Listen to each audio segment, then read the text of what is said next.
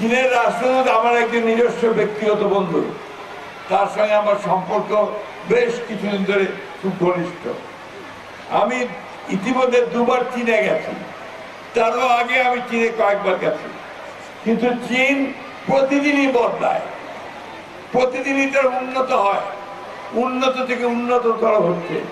আজকে সারা পৃথিবীতে চীন একটা শক্তিশালী দেশে পরিণত হয়েছে। চীন সবচেয়ে বেশি এখন তাদের জনগণের কল্যাণ করেছে। এখন বিভিন্ন দেশে তারা আমাদেরকে সমর্থন, সেইভাবে আমাদেরকেও সমর্থন দিচ্ছে। আমাদের উন্নয়নের ক্ষেত্রে তারা আমাদেরকে সমর্থন দিচ্ছে। আমাদের রাস্তাঘাট, ব্রিজ, কালভার্ট, ইউনিভার্সিটি, এগুলো তারা বাংলা থেকে আমাদেরকে সমর্থন দিচ্ছে।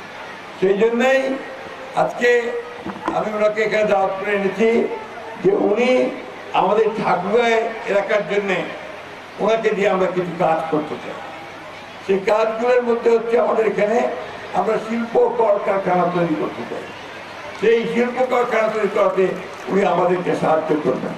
উনি কথা দিয়েছেন যে আগামী 2-1 মাসের মধ্যেই তিনি এখানে চীনা প্রতিনিধিদের পাঠাবেন, যারা এই অঞ্চলে শিল্প কারখানা তৈরি করার উদ্যোগ গ্রহণ করবে আমাদের ব্যবসায়ীদের সঙ্গে।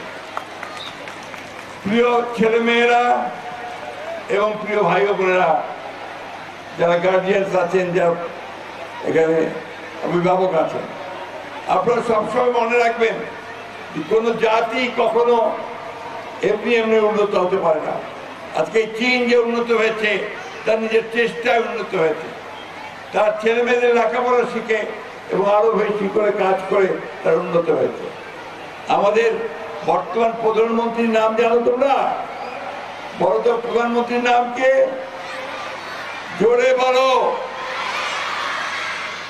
তিনিও বলেছেন তিনি শিশুদের সঙ্গে কাজ করতে চান, শিশুদেরকে আরো বেশি লেখাপড়া শেখাতে চান, তাদেরকে উন্নত করতে চান।